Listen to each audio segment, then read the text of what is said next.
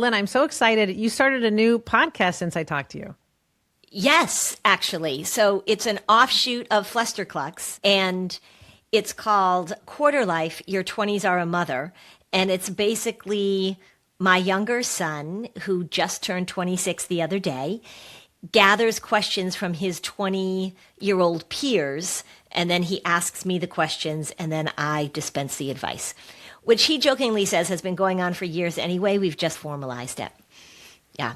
I'm guessing you must be enjoying it so much.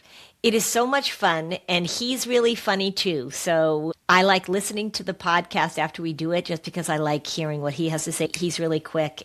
And then, I do Flusterclucks with my sister-in-law, and my brother produces that. So we're all just this podcast family. And how's it going? Is he enjoying it?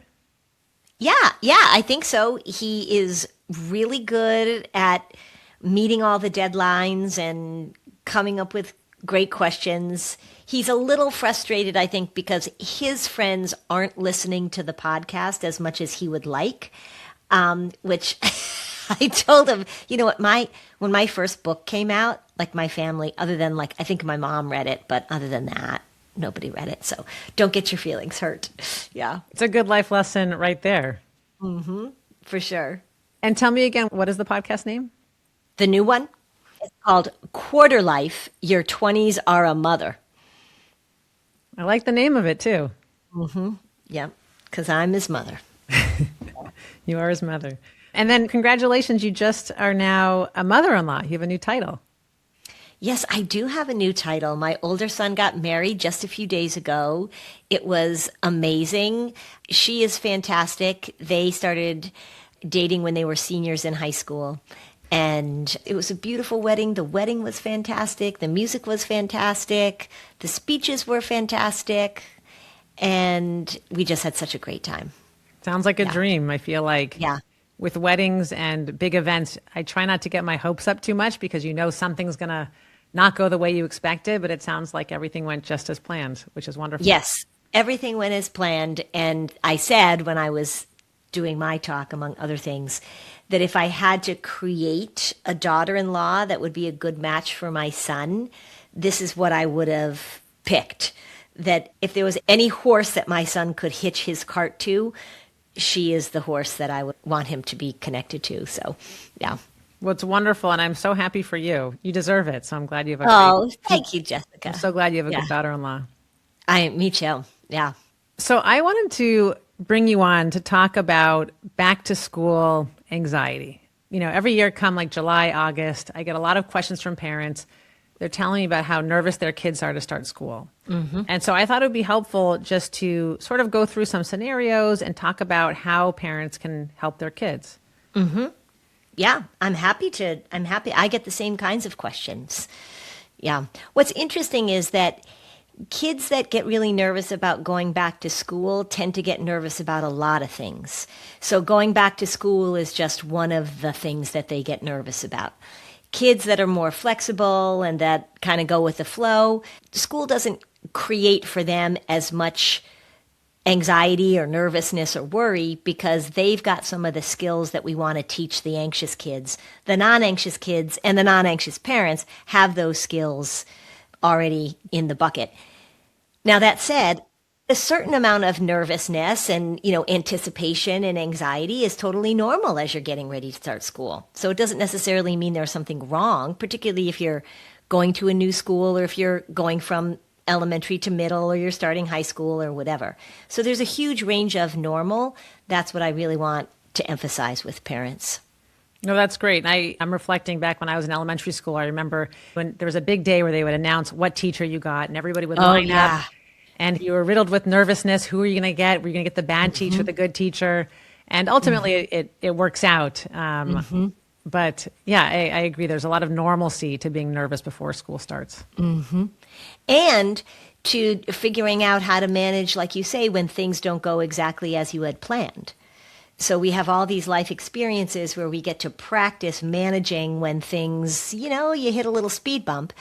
And oftentimes not getting the exact teacher you want or being separated from your best friend because she's in one class and you're in another, transitioning to a new school.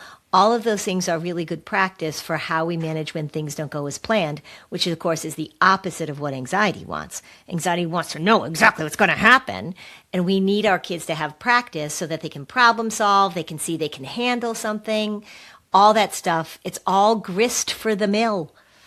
It's good life practice. It is, yeah. Okay, so what I thought would be helpful, because I think as parents, we want to help our kids in the best way, but sometimes we don't know what words to use, and we might feel like the words that we're using aren't as helpful as they could be. So let's say a child comes to their parent and they start complaining about a stomach ache, and they say they're nervous, they don't want to go to school. What are some words or phrases that parents could use to help them?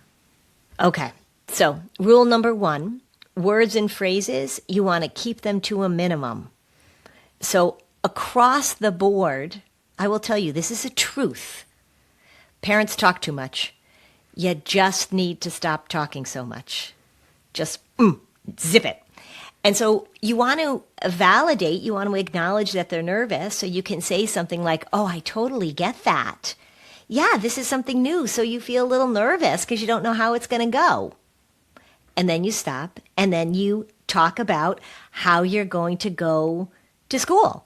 So you don't need to analyze, examine, get into all the details. You don't need to say, why are you feeling this way? Like, tell me what's going on inside. The more attention you give it, the bigger that it gets. So we got a little phrase in this business, what you focus on, you amplify. And as soon as you start to get, oh my gosh, what's wrong with my kid? They pick up on that. So you, of course, want to say, oh my gosh, oh, I get it that your stomach hurts.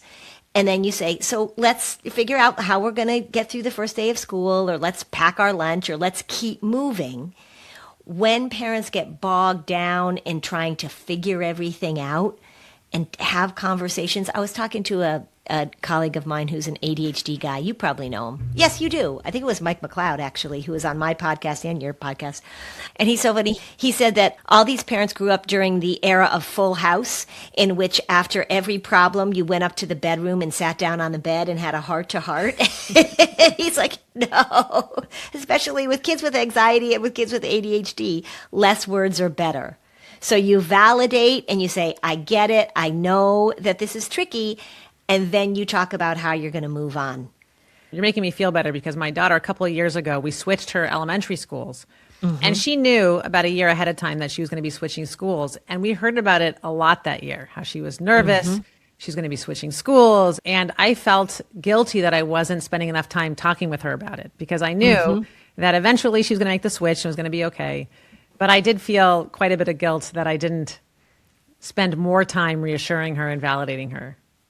Well, but that's the message that parents get a lot right now, is that, every behavior is a bid for connection, and everything that kids say, we have to understand, and what is the emotion behind what they say? I just did a little thing about this phrase root cause that drives me crazy. People are like, we have to get to the root cause. And I say, no, just cause, right? There's no root cause, just cause. It's like skill set. Just say skill. We have to say skill set. So you did the right thing by validating and saying, yeah, I bet you're nervous, but I bet you're also going to be able to handle it, and let's keep moving.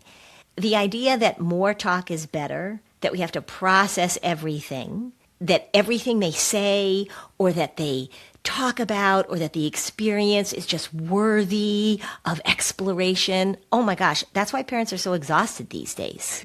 Just give them a kiss and go, you got it, buddy. Get on the bus. I'll see you at the end of the day. Yeah, not everything has to be a big deal. Correct. You're making me feel so validated when you say the root cause, that the term root cause isn't your favorite. Yeah. I completely agree with you. Well, the thing about anxiety is that it's really not that mysterious. And I've talked about this with you before, is that anxiety wants certainty and comfort. It wants to know everything. Are there a lot of reasons that anxiety shows up? Not a lot, to be honest. Like, could it be from trauma? Of course. Could it be because temperamentally you're a more sensitive kid and you feel things deeply? Yes. Could it be because your parents are talking to you about the dangerous world all the time? Yes. But it's not all that complicated. So once we step back and say it really is okay for you to feel uncomfortable as you move into new things, then it doesn't have to be so complicated and so mysterious and so deep and so tremendously threatening that parents get pulled into it. It is okay if you feel anxious. It is okay if you feel worried.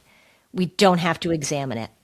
That's a great point. And I find that I meet different kinds of parents. They have different strategies. And one style I want to ask you about is the parent that is always telling their kids it's going to be fine, not to worry. So if a child voices a complaint, something that they're nervous or anxious about, the parent just says, don't worry about it, you're going to be fine. What other words or phrases could a parent use in that situation? So that can either be, that's an interesting parenting style, and it can fall into two camps. One is that it's dismissive, right? Like, look, you're fine. Your tummy doesn't hurt. What are you worried about? Your brother went to this school. You're going to go to this school. So sometimes it sounds like the child is getting no validation and is just being dismissed, and we don't want that. On the other hand, offering reassurance of you're going to be fine, everything's going to be okay. I talked to your teacher, she's really nice. Do you remember last year when Amanda started school, she was nervous, and so her mom packed her lunch with some magic rocks, and I've done that. Like, then you get into this reassurance thing. You want to find the middle lane, which is give them that validation. I get it. And also then say, I think you'll be able to figure it out, or we learn from experience. Or one of my favorite is, you can't know everything ahead of time, but I bet you'll learn as you go. So really normalizing that when you step into school, this is the mistake that parents make, those reassuring parents, is they think that everything has to be discussed and figured out and planned and reviewed ahead of time. So we want to validate and say, yeah, you'll do okay, like you got it, but not get so into the pre-planning and the pre-talking and the conversations. So you'll be fine, not my favorite phrase, more like you can handle it, right? It's okay if you feel nervous, I get it. Sure, of course, that's normal. And I bet you can handle it. And that gives kids the message that it's okay that they have these feelings, and that life is about stepping into things and figuring them out, not everything ahead of time. I try that technique in my office all the time, especially before kids get vaccinations, and I can tell they're nervous. I'll say, yes, it's going to be hard. It's going to hurt for a little bit, but I know you can handle it. I know you've got this. And it's amazing how that phrasing, you can see it in their face. That really does reassure them. I feel like it does work to validate them and then also acknowledge and give them a vote of confidence. That's right. Because kids are looking to us to get some, for one, sometimes information, but also they're looking to us as adults to say to them, I have faith in you, right? Or I believe in your ability to handle this. What oftentimes when we're anxious and when parents are anxious, they don't do that very well. So they feel like they have to get all this information, do all this planning, talk to the teachers, etc. The message that the child is picking up is, my mom or dad doesn't really trust that I'm very capable. They won't let me out of their sight. They have to talk to the teacher. They're emailing all the time. There's so much discussion about what might happen. And kids don't really articulate this. They don't turn to their mom when they're in third grade and go, gosh, you really must think that I'm not capable of managing anything. But that's often what happens. And so parents need to recognize that all of the talking and planning and reassuring is really consistently giving your kid the message that they're not able to manage things unless you do it for them, or you're nearby, or there's an extraordinary amount of talking and planning. You want to say to them, I think you can handle this. I believe in you. And that's what helps kids keep moving. Oftentimes, I'll find a parent that wants to intervene when their child gets the teacher that's known as being the hardest, worst, most difficult teacher in the school. I hear it all the time. The parents will go to the principal. They'll ask to make a change. And I'm curious, I understand that they're well-intentioned. They want to help their child. But what do you think about that? How should parents think about it if and when their child gets a teacher that is not their desired teacher? So unless the teacher is I have heard stories of parents have been like, oh my God, this teacher is terrible. And then the teacher gets fired midway through the year, right? So I'm like, oh, I guess it was. But really what you're saying, what a parent is saying is, my child needs to have the perfect fit. And I work a lot in schools. I work a ton with teachers and with school counselors. They really do try and create classrooms where there's a good fit. And there are sometimes where it is good for a child to have a certain teacher because she understands this, blah, blah, blah. Or this teacher is known for being able to handle a kid who blah, blah, blah. Or this teacher is really good with energetic boys and this kid is whatever. As soon as a parent steps in and says, this isn't a perfect fit, then you are setting up that child to believe that, because for one, if the change can't be made, right, setting that child up to believe that their situation is untenable, that it is so bad, this teacher is so bad, or being separated from your best friend is so dire that my parent has to step in and make a change. I think that did you ever have a bad teacher, like in elementary school, Jessica? Of course. Yeah, I did too. I had some great ones, but my third grade teacher was a clunker. And That's a great word. You could use it if you like. I had to get through that year. And my mom actually was a third grade teacher at the same time. And my mom was not happy. But I had to get through the year. I had to learn how to manage. I had to learn how to adapt. And to me, that's real life, learning how to maneuver your way through personalities that are difficult and challenging, because we're not going to go through life where everybody is a perfect fit with your personality. Correct. And the same goes when you get your first job. Like I'm sure when you were in medical school, when I was doing my training, I had supervisors that were great and I had supervisors that weren't so great. In my first job, I had one boss that was certifiably nuts, right? It's one of the reasons I went into private practice. But I had to adapt and adjust. I had to figure out how to manage with less than perfect circumstances. Now, remember, I work with a population that's generally anxious because that's what I specialize in. So the parents that I see, they probably learn pretty quickly not to come in here and be like, hey, I'm going to call the teacher and change the classroom. Because I really feel like that sets a child up with this idea that things need to go smoothly, which is what the anxiety demands. The other piece of advice I give is that when kids are starting a new school, like when your daughter was starting at her new school, even just if they're starting the same school, even if they have the teacher that they love, the first few weeks of school after a summer break are pretty exhausting. And so they might come home and they be whiny. They might come home and be hungry. They're tired because they just went from summer to thinking and going back to school. If you can help it, don't email the teacher, don't call the principal, don't show up for at least 2 weeks. Let them settle in. Let them figure out their routine before you go in and start demanding this or complaining about this or being anxious about this. Again, I will tell you, I work with schools all the time. Schools know the parents that do this. They know the parents that are coming in hot on day 2 because the bus driver was grumpy. So let things settle down a little bit. Give your kid the time and the space to find their way a little bit. That is incredibly helpful for them. Again, these are life lessons. You're giving your child the message that they can handle it, which they can. That's right. Yeah. So they come home and they go, I hate where I have to sit at lunch. They make us sit in assigned seats and the kid that sits next to me chews with his mouth open. And so you might say like, well, that sucks, right? That's all. You don't have to be like, well, let me call and see if we can get your seat changed. And maybe I'll call that mom and tell her that Bobby needs to close his mouth when he chews. Right? Just be quiet. Let them figure it out. We don't need to be so involved, particularly at the beginning. I agree with you. I think unless there's extreme circumstances, your child's safety's involved, or they really are miserable, I think letting things settle out, giving your child a vote of confidence, maybe giving them advice if they ask for it, but otherwise, I think backing off a little bit is a good thing. One of the things that I talked about in a podcast, I'm sure, yes, I know I did, is this concept called interviewing for pain, which you may know as a pediatrician, right? So the more that we ask kids, does it hurt? How bad was that? we know that a parent's perception of a child's pain is more impairing in their functioning than the child's perception of their pain.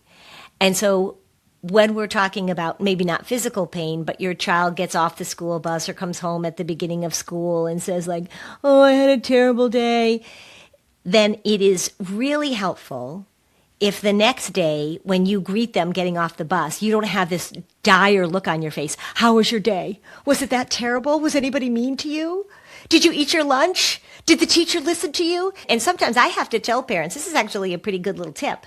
Don't even ask a question, make a statement. So your kid gets off the bus and just say, oh, I am so happy to see you. And then shut your pie hole. Stop talking. Yeah. They will fall right into that trap. Can you imagine you come home at the end of a day, you're tired, and you've got this mom that's like, oh, right, it was so awful. Let me make you a snack and talk about how terrible it was. All of that is modeling. You give them love, and then you let them handle it. Yeah. It's so true how important our mental state is. As you said, what we think about amplifies and grows. And so if you constantly are thinking about the bad teacher you had or the bad day at school, you're going to think more about it. You're going to perseverate more about it. And it's ultimately not helpful. Well, and it also feels good to kids if they had a rough day or they're tired. It feels good if they get home and they just get slimed with all this empathy and validation and that kind of stuff. That feels good to them, but it's not necessarily what they need.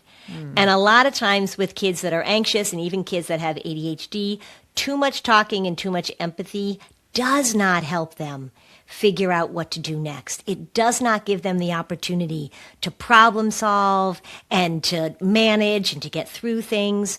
So kids become really almost expecting that when they get home, if they complain, they'll get a lot of attention, they'll get a lot of goodies, they'll get a lot of empathy. And it feels good in the short term. And I'm not saying, dismiss your kid again, because people will say, somebody just said to me, well, if I had to choose between an anxious parent and a neglectful parent, I'll choose an anxious one. I was like, well, why are you only giving yourself those two choices? That's not so great. So people say, well, if I have to choose between being dismissive of my child and giving them empathy, I'm going to choose empathy. It's not a binary choice here, people. Give them a little empathy and then help them figure out how to problem solve. Yeah. No, I think what you're saying makes so much sense to me. What you're saying really resonates. Yeah, you said initially, validate their feelings, and then at a certain point, it's good to move on. It's healthy for them. That's right. To have you move on. That's right. That's right. And that's a good thing when we look at anxiety and depression, too. One of the real cognitive patterns, one of the cognitive characteristics of that kind of disorder is rumination, which means you get stuck in going over things over and over and over again. And I talk about people who ruminate are people who tell the same stories over and over and over again. They just go from friend to friend to friend, or from therapy session to therapy session to therapy session. If you teach your child that the way to manage is to keep talking about something over and over and over again, you are actually training them to ruminate, which is not a good pattern in terms of long-term mental health. You want to problem solve, you want to move on, but staying in that sticky place of going over things, not good. Yeah, it's a little counterintuitive, but when you think about it, it's so true. Because I'm thinking my kids will fight, and sometimes I'll want to talk with them about it, go over the fight, and my husband's like, let's move on. This is not helpful. Let's just move on to the next thing. Let's change the subject. Yeah, and that ability to say, okay, you had a fight, it happens. We don't have to pick it apart. We don't have to analyze it. And now let's just move on to something else so that our brains and our bodies can move on to something else is a really, really good skill to teach your kids. It's good in marriage too, by the way. To be able to start fresh. Yeah, I mean, you've been married a long time. I've been married a long time. You get in stupid arguments about stupid things. And you don't need to discuss and process and go over every single. Sometimes you're just hungry and tired, or sometimes your husband is getting on your nerves. So you just go for a walk. It's really okay. My mom says a line that I think about all the time. She says, it's better to be loved than right. It's so true. Yeah. Yeah. Terry Real says, he's a great couples therapist, and he says, you can either be right or you could be married. Yeah. That's good. That's right.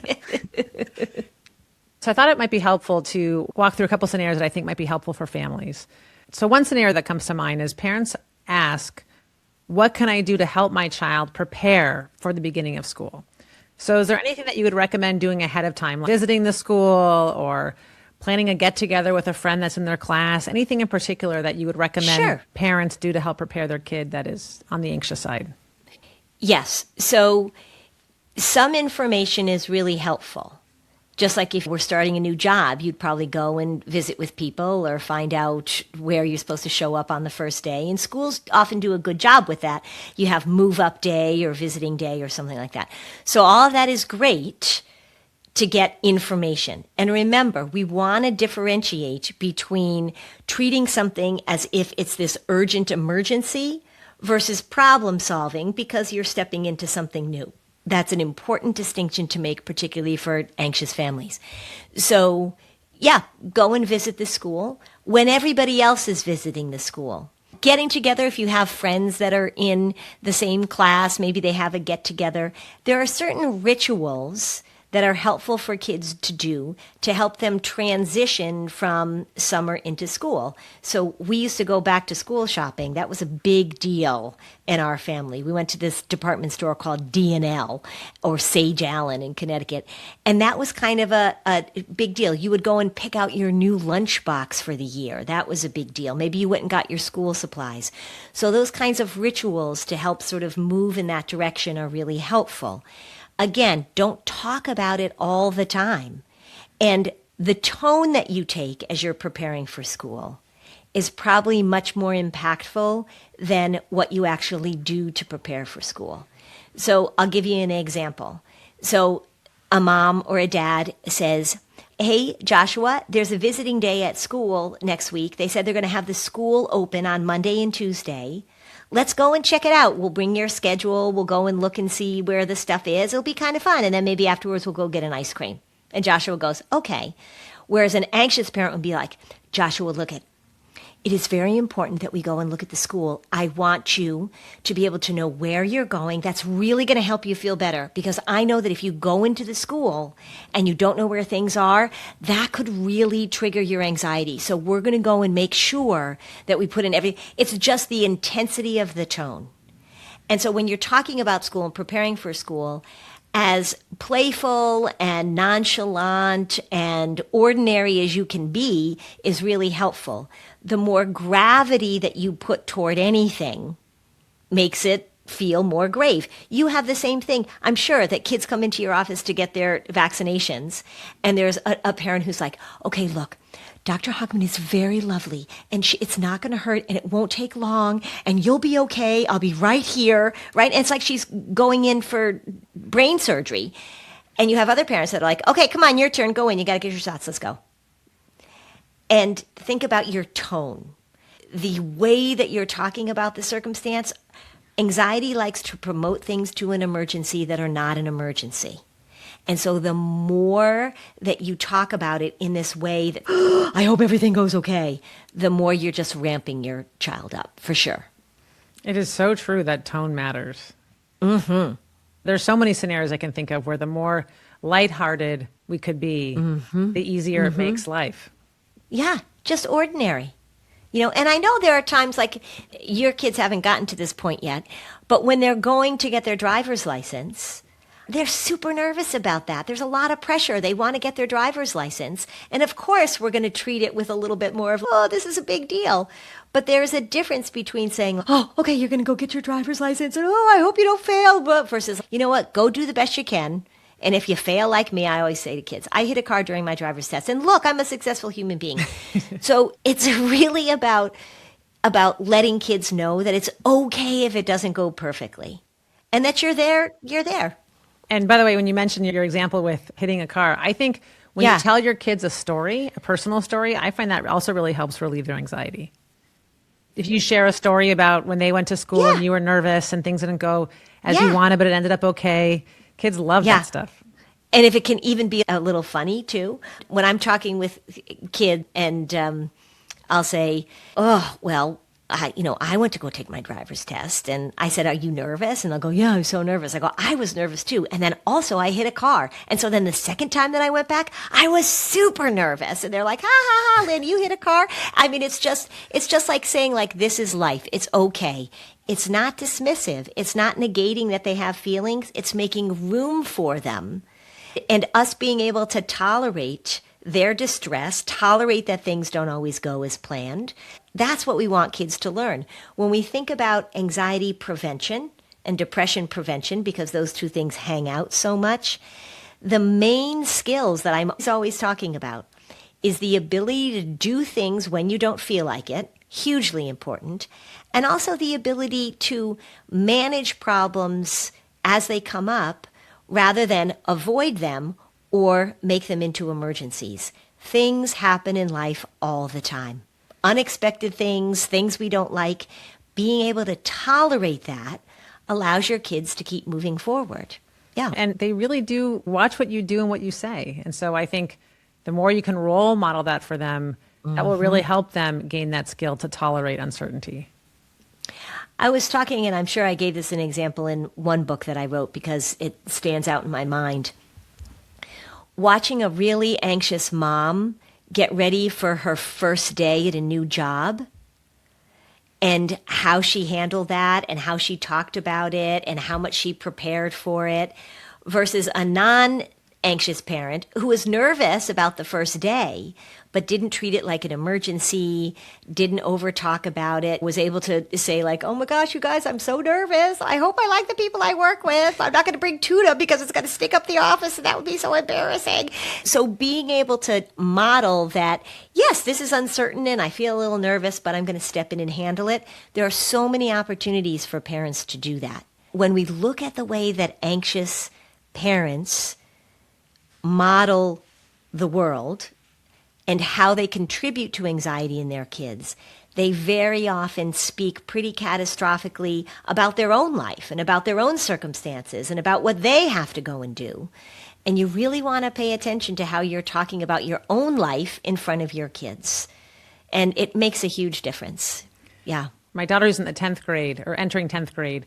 She just took her first AP test and she was so stressed out about it. Yeah. And so I told her, when I was a freshman, I took an AP test. I was in honors biology. I didn't study properly for it, didn't pass the test. And I said, look, I went on to a career where I'm in medicine and I had to take more biology and it worked out. And that story, she said, made her feel relieved. So my failure actually was beneficial in some way. That's good. Because she saw what she saw. She didn't just hear about your failure. She heard about your failure followed by your resilience. She heard that, okay, if you fail something, what do you do next? I hit the car in the parking lot. What did I do? Well, first I cried a lot. And then I had to schedule another test 3 weeks later. And I went back. And so we want kids to know that they can step into new things. We want them to step into new things because that's how the brain learns that you can handle things. And the more that we protect kids from stepping into those things and, like maybe, I don't know, maybe your parents were like, oh, I don't know, Jessica's got to take this AP. Like, I don't know if she's good enough at biology to take this AP class. Maybe they thought that. They kept it to themselves. Right? But when you failed the test, they didn't tell you couldn't have a career in medicine. They didn't freak out. What did they do? Nothing, actually. My mom told me about how she didn't pass geometry, and that was helpful. Right. Thanks, Mom. Yeah. So, yeah, right. So it's really thinking about what are the skills we want kids to learn. And we know that anxiety is not about building skills. It's about avoidance. It's about creating certainty. It's about this myth that your child is going to feel comfortable and feel happy and feel satisfied all the time. And we really have to let our kids, as hard as it is, they have to fail sometimes. They have to feel uncomfortable. They're going to get their hearts broken. They're going to be disappointed. They're going to get cut from the team. They're going to have a teacher they don't like. They're going to have a kid in their class that drives them crazy. And all of these things give you the confidence, right? Confidence doesn't come from your parents telling you're fabulous. It's nice that they think that. Confidence comes from you doing things and building up that resilience, building up that capacity to keep going even when it doesn't feel so good. Absolutely. Now, there's one piece of advice that I've given in the past, and I'm curious if you would give the same advice, because I'm thinking maybe not as I think this through. But for kids that are nervous before starting school, I've told parents to run through the day with them, talk about what the day would look like, what breakfast will be like, who's going to take them to school, visualize what you're going to wear, the friends you're going to talk to, who's going to pick you up from school. And the thinking was to help paint a picture of what the day was going to be like. Maybe that'll help lessen the anxiety. But now I'm thinking as I talk to you, well, what if the day doesn't go that way? What if, I told them mom's going to pick you up, but actually grandma picks you up? And, I'm wondering, maybe painting the picture for them isn't ideal because things might not always go as planned. Yes, you're correct. I would not paint a picture full of specifics, because anxiety is like, I have to know exactly what's going to happen. So you paint the picture and you're like, and you're going to have pizza on the first day. Well, then they get there and they don't have pizza. They have bologna sandwiches. The thing you might want to say is, here's how the day is going to go. It's going to be full of things that you totally expect, and it's going to be full of things that you totally didn't expect. So at the end of the day, I want you to come home and tell me about 3 things that happened that were totally surprising to you. So you're normalizing the uncertainty. Yeah. I mean, that's my favorite homework assignment to give to families, is at the dinner table, what was the unexpected thing of the day and how did you handle it? And so instead of saying, let's practice the day and make sure that it goes exactly as planned, because that will make you feel better, I want to say, let's think about, here's what we know. I have this whole thing where I say what you know and what you don't know. So we know that the bus is going to come and pick you up. And then here's what I think is going to happen. I think you're going to get to your classroom and you know that Joey's in your class, and you know that you're going to have hot lunch that day, and you know that the bus is going to bring you home and drop you off here. That's what we think is going to happen. But there's going to be all sorts of things throughout the day that are going to happen that you had no idea were going to happen. And I can't wait to hear about those things. It totally normalizes that unexpected things happen, and it takes away what is very much an anxious family pattern that we have to have things planned. The opposite of anxiety is being able to manage when things don't go as planned. That's the opposite. Yeah. Now, another scenario that comes up quite a bit is it's the first day of school and a child has a meltdown, a tantrum, and they refuse to go to school. And your sibling has to get to school. You have to get to work. I'm just curious, what would you do in that scenario? What would you say to the child in that moment? Because I feel like that scenario, that situation can definitely throw parents off and they don't know what to do. Yeah. So I would be surprised if there's a child who never had any of those symptoms before and never was avoidant, and the parents weren't accommodating at all, and then all of a sudden they refused to go to school and threw a big tantrum. It would surprise me if that just came out of nowhere. If it comes out of nowhere on the first day of school and you're like, we've never seen this before, there's not much you can do in the moment. You're in survival mode, do what you can. If it happens and you know that this is a pattern, because my job is to interrupt patterns, and most people live in patterns, the main thing you can do ahead of time, a little preparation, is to pull out that worry and give it a name and expect that it's going to show up. Predict that it's going to show up. So you know a kid who tends to have a little bit of difficulty when they're starting new things. Maybe this has been a pattern. So you're going to pull the worry out. You're going to name it Pete. And you're going to start talking, again, not in that serious tone like, I hope Pete doesn't show up, but in that tone of like, oh, we know Pete's going to show up.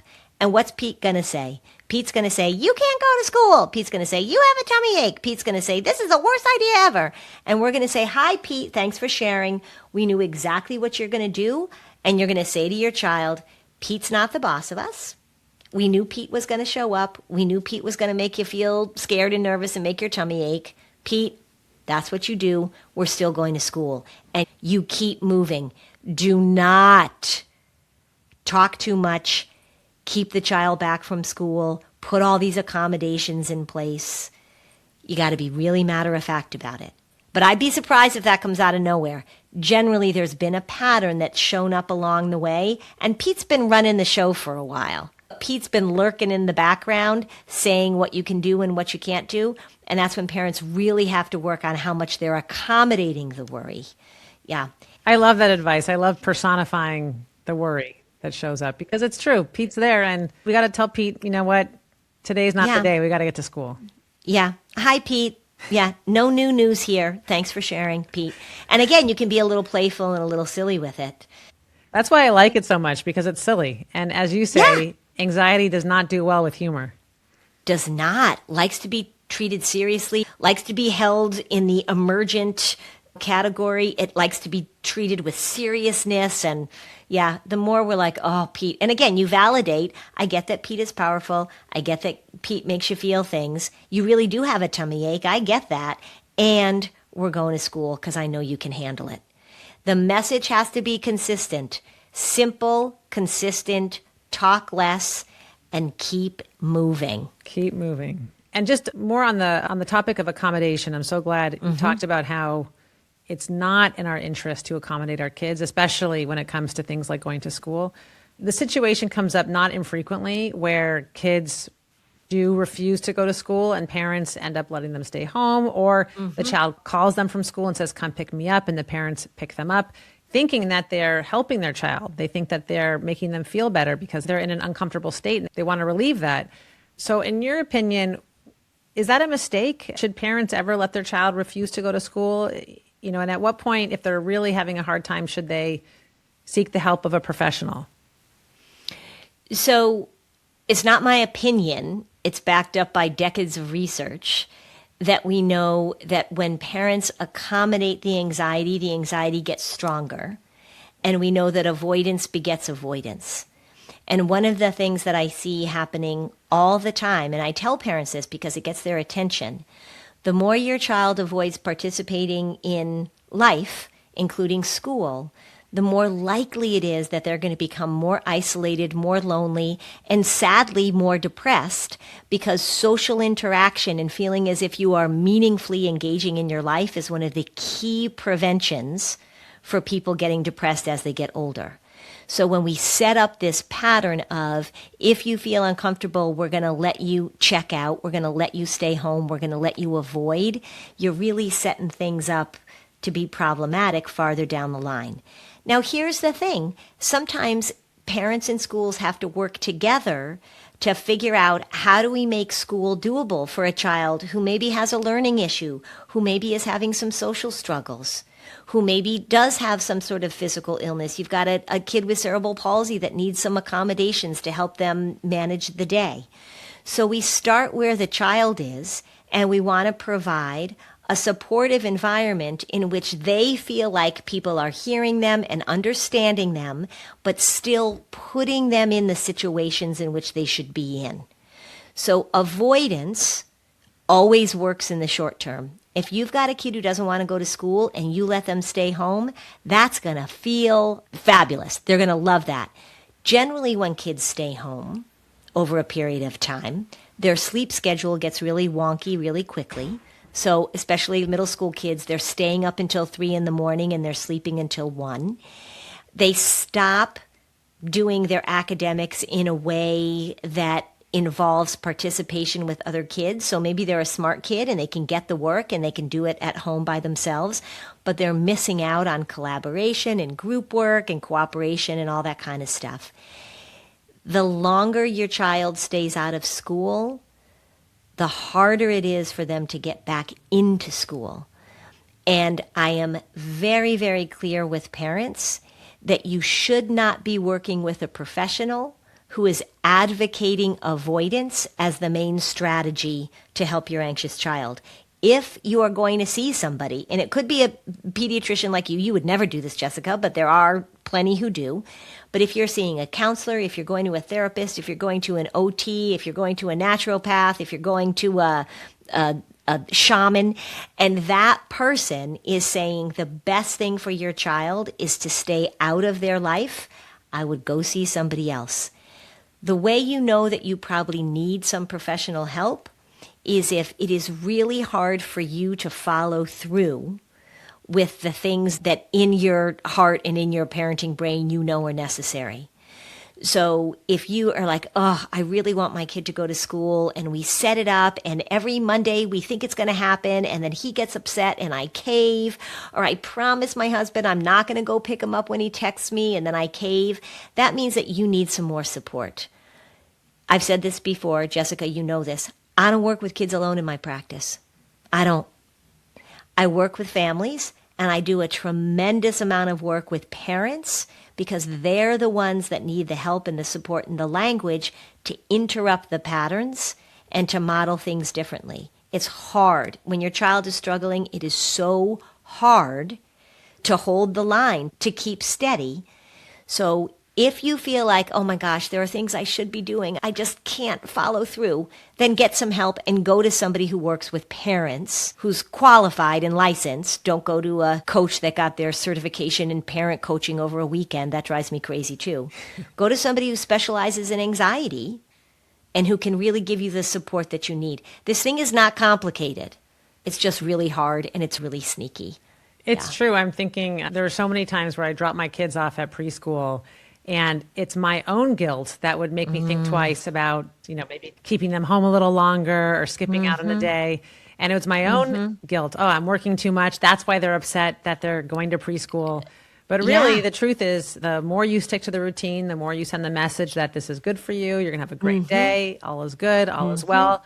Oh, you're going to play art today. You're going to play with little Johnny. Oh, your teacher's coming that you like. What a fun experience.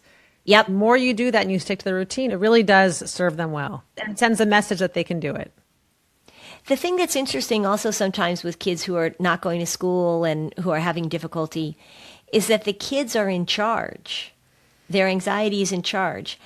And we really, in general, I don't know if you've noticed, we don't put third graders in charge of a lot of things, right? They're not the ones driving the bus. They're not the ones as a chef in a restaurant, right? They're not capable of handling the responsibility of whether or not they should be coming out of their bedroom. The adults need to step up. They need to support and love and warmth and humor, but really clear, consistent expectations. Low demand parenting, this idea that if your child is struggling, it means you have to lower the demands. That's a thing now. There is no research to back that up as an effective way to help kids function better in the world. Yeah. It's so true. I think parents, we have become afraid to say no. We are afraid to see our kids sit with uncomfortable feelings. But the truth is, as you're pointing out, it's good for them. It's healthy for them. And it's part of life. And as my grandmother used to say, what's easy now is hard later, and what's hard now is easy later. If your child doesn't get practice handling the things in third grade, they're going to be really ill-equipped to handle the things in 11th grade, and that is a lot more difficult to deal with. Now, just to end with some words for parents to remember, if their child is expressing anxiety about going to school next week, the message we should say to our kids would be what? I get it. It is hard. Starting school is hard, right? It's a transition. I understand how you feel, and I know that you'll be able to handle it. Pay attention to your tone, parents. So I want you to have a tone that says you can handle it, and I want you to talk 85% less. You do not have to process every feeling that your child has, and you do not have to feel as if it is your job to make everything perfect when they start school. Let them figure it out. Love them, support them, a little bit of validation, a lot of confidence, consistent message over time. Lynn Lyons, you are such a gift. I'm so happy to have these conversations with you. Thank you so much for coming on the podcast. I am always happy to come on the podcast, Jessica, and I love your podcast. You get some great guests. I've told you that before. Thank you. Well, you're in my top favorites. Oh, well, that's very nice. I recommend your podcast. I look and see what topic you have, and I give them to my clients all the time. This is such a good topic for you to listen to. This is such a good conversation for you to be a part of. So I so appreciate what you do also. Well, coming from you, that is a great compliment. So thank you so much. And I can't wait to be a new fan of your latest podcast. So looking forward to that. Yeah. It's good. It's good. It's fun for sure. All right. Thank you again. You're welcome.